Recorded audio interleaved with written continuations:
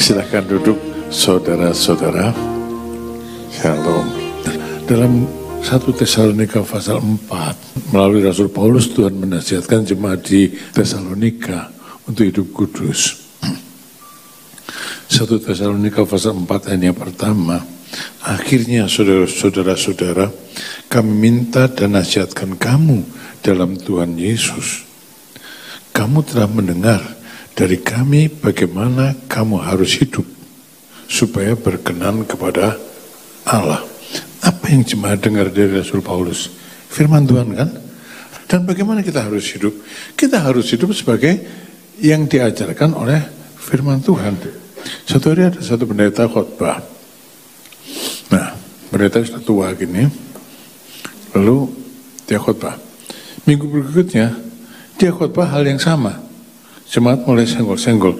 Rupanya dia lupa, Bapak pendeta sudah pikun, minggu lalu dia khotbah itu. Minggu depannya dia khotbah hal itu lagi. Lah kan benar, Bapak pendeta sudah pikun, ini kudu diganti nih.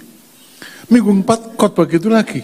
Lalu salah satu majelisnya berdiri, Pak pendeta, selama sebulan ini Pak pendeta sudah khotbah itu 3 kali, ini yang keempat mau khotbah itu lagi kita. Pak pendetanya jawab gini, lah iya, kamu sudah melakukannya apa belum? Nah itu masalahnya. Seringkali kita cuma lompat dari satu minggu ke minggu lain dengan khotbah yang berbeda.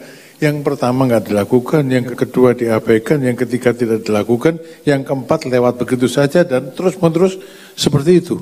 Maka kehidupan kita tidak akan kudus, saudara. Kita perlu melakukan apa yang diajarkan bersama dengan Tuhan Yesus. Jadi hiduplah yang pertama untuk hidup kudus. Kita sudah percaya Tuhan Yesus, sudah ditebus oleh darahnya. Hidup dikuduskan.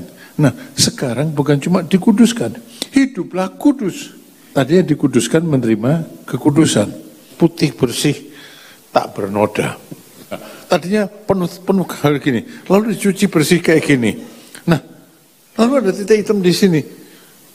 Ditanya, saudara lihat apa? Kalau bilang titik hitam disalahkan sama orang. Ya putihnya yang banyak. Saudara, Tuhan lihat titik hitamnya. Untuk titik hitamnya itu Tuhan sudah mati. Supaya saudara putih bersih tak bercacat celah. Dan kemudian sudah dijaga tetap putih seperti ini tanpa titik hitam. Lalu, ya kan rencana Tuhan Yesus untuk memperhadapkan kamu cemerlang, tak bercacat, tak bernoda. Ya, di dalam Efesus pasal yang ke-5. Jadi tidak boleh ada titik hitamnya. Bisa enggak? Bisa bersama dengan Tuhan. Kamu sudah mendengar apa yang kami ajarkan. Harus dilakukan. Saudara menjadi pelaku firman, semoga demikian. Kalau kita menjadi pelaku firman, kita menjaga hidup kita ini tetap kudus. Berdampak bagi diri sendiri dan bagi orang lain. Apa dampaknya? Terutama bagi diri sendiri. Tadi dikatakan, kamu telah mendengar dari kami bagaimana kamu harus hidup supaya berkenan kepada Allah. Kalau saya hidup kudus, akibatnya bagi saya berkenan bagi Allah. Kalau saudara hidup kudus, apa akibatnya bagi saudara? Saudara berkenan bagi Allah. Saudara, siapa sih yang berkenan kepada Allah? Tuhan Yesus toh. Waktu Tuhan Yesus dibaptis, Allah Bapa bilang, anakku yang kukasihi, kepadanya aku berkenan.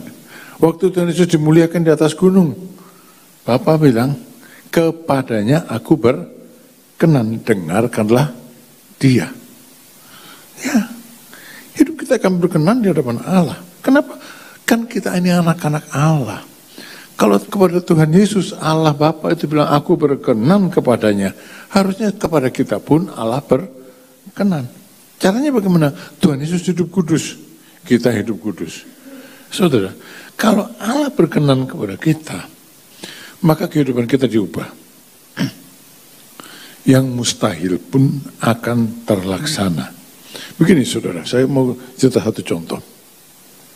Allah itu memberkati manusia, Allah tidak mau mengutuk manusia. Allah itu menciptakan saya, menciptakan saudara, itu sebagai masterpiece, ciptaan yang paling komplit, segambar dengan Allah. Dan Allah tidak mengutuknya. Dari sejak semula Allah memberkatinya. Saudara, Allah berkenan pada manusia.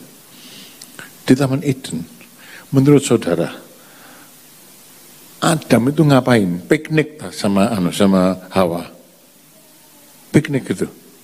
Lihat-lihat gitu, selfie kayak orang sekarang gitu.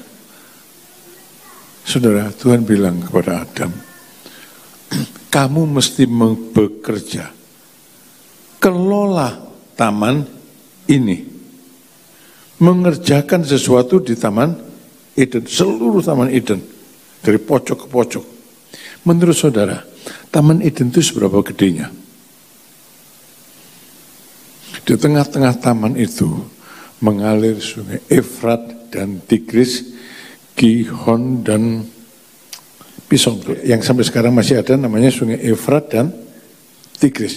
Bukan taman itu dibatasi oleh sungai Efrat dan Tigris, tapi di tengah taman itu mengalir sungai Efrat dan Tigris. Saudara tahu jarak sungai Efrat dan sungai Tigris itu berapa kilometer? Di mata airnya jaraknya 80 km.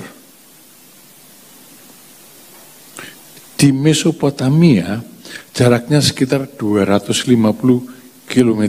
Itu letaknya di tengah-tengah taman.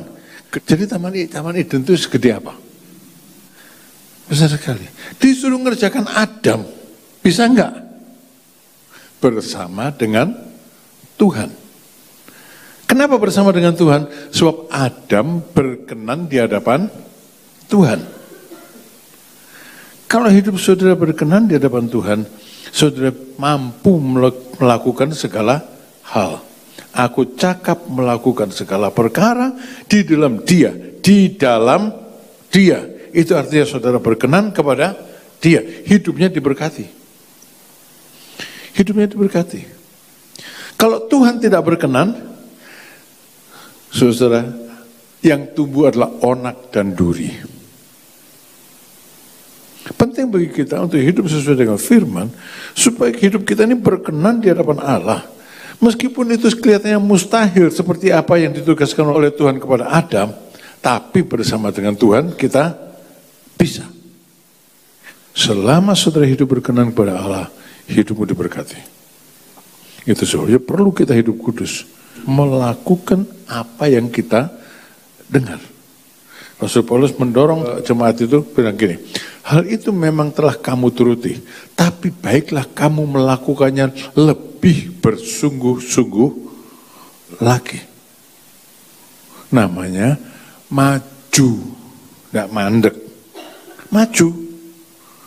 Tiap minggu mendengar firman yang baru, maju selangkah. Mendengar, maju selangkah. Ya sudah, supaya nggak maju, saya nggak dengar firman, mati namanya. Ya, jadi hidup kudus seperti Kristus kita akan berdampak. Karena kita berkenan kepada Allah, lalu kita diberkati. Tuhan memberkati saudara.